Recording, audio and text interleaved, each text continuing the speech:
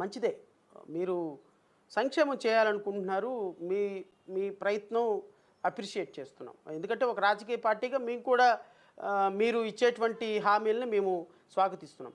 మీరు రైతులకి, విద్యార్థులకి, తల్లిదండ్రులకి, మహిళలకి, వృద్ధులకి, ఉద్యోగస్తులకి, ఈ రాష్ట్రంలో ఉపాధి కోరుకునేటువంటి రంగాలకి చాలా అద్భుతమైనటువంటి వరాలిచ్చారు.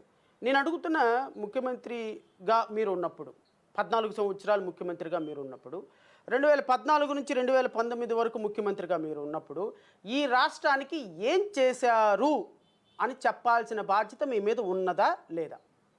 నేను ముఖ్యమంత్రిగా మీరు పనిచేసిన ఈ కాలంలో రైతులకు ఏం చేశారు చెప్పాలి, విద్యార్థులకు ఏం చేశారు చెప్పాలి, మహిళలకు ఏం చేశారు చెప్పాలి, ఎస్సీ ఎస్టీలకు ఏం చేశారు చెప్పాలి, ఈ రాష్ట్రంలో లా అండ్ ఆర్డర్ని ఎలా మెయింటైన్ చేశారు చెప్పాలి, ఈ రాష్ట్రంలో ఉపాధి రంగానికి ఎంత కల్పించారు చెప్పాలి, ఈ రాష్ట్రంలో ఉద్యోగాలు ఎన్ని ఇచ్చారో చెప్పాలి, ఈ రాష్ట్రంలో ఉద్యోగస్తులకు ఏమి ఇచ్చారో చెప్పాలి.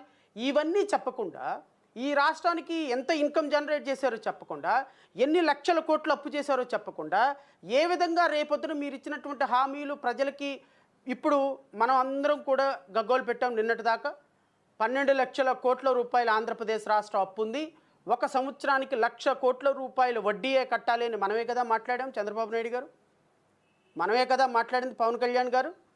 మరి ఈ రాష్ట్రం 12 లక్షల కోట్లు అప్పు చేసినప్పుడు, 1,00,000 కోట్ల రూపాయలు సంవత్సరానికి వడ్డీ కట్టాల్సి వచ్చినప్పుడు, మనకు వచ్చే ఆదాయమే 1,00,000 కోట్లు లేనప్పుడు, మన ఆంధ్రప్రదేశ్ బడ్జెట్లు టోటల్ ఎక్స్పెండిచర్ అండ్ ఇన్కమ్ కలుపుకుంటే 2,30,000 కోట్లు ఎంతో అయింది. ఈ 2,30,000 కోట్ల రూపాయల బడ్జెట్లో 1,00,000 రూపాయల ఆదాయం ఉన్నప్పుడు, 1,00,000 కోట్ల రూపాయల ఆదాయం ఉన్నప్పుడు, మీరు 1,00,000 కోట్ల రూపాయలు ఇంట్రెస్ట్ కట్టాల్సినప్పుడు 12 లక్షల అప్పులు ఎలా 12 లక్షల కోట్ల అప్పులు ఎలా తీరుస్తారు? ఈ రాష్ట్రానికి ఇన్కమ్ ఎలా డెవలప్ చేస్తారు? ఈ రాష్ట్రానికి రాజధాని ఎలా కడతారు? ఈ రాష్ట్రానికి ఉపాధిని ఎలా తీసుకొస్తారు? మొదటి రోజు నుంచి సంక్షేమ కార్యక్రమాలు ఎలా చూస్తారు? మీరు ఇచ్చినటువంటి సంక్షేమ కార్యక్రమాల మొత్తం క్యాలిక్యులేషన్ చేస్తే 75,000 నుంచి 85,000 కోట్ల రూపాయలు ప్రతి సంవత్సరానికి ఖర్చు అయ్యే సందర్భంలో మనకు వచ్చే ఆదాయమే 1,00,000 కోట్లు లేనప్పుడు 1,00,000 కోట్ల ఇంట్రెస్ట్లు ఎలా కడతారు?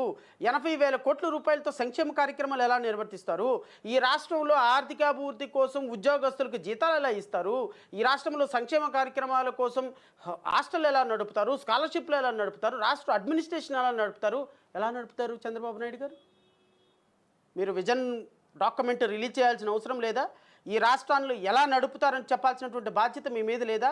మీరు ఏమి చెప్పకుండా మైకు దొరికింది కదా అని మీ ఇష్టం వచ్చినట్టు రాష్ట్రంలో రాబోయే 5 సంవత్సరాల పాటు ఉపాధి కోసం కల్పిస్తాను, ఉద్యోగాలు కల్పిస్తాను, మీ ఇంటికి అసలు హెలికాప్టర్ తెప్పిస్తాను, మీ ఇంట్లోనే పని చేసుకోకుండా కూర్చుంటే స్కాలర్షిప్లు ఇస్తాను, మీ ఇంటికి నిరుద్యోగ భృతి ఇస్తాను, మీ ఇంటికి తల్లి వందనం పేరిట 50,000 ఇస్తాను, 20,000 ఇస్తాను, ముగ్గురు పిల్లలను కనండి 60,000 ఇస్తానని చెప్పేటువంటి మీ బూటకపు మాటలకి బేస్ ఏంటి?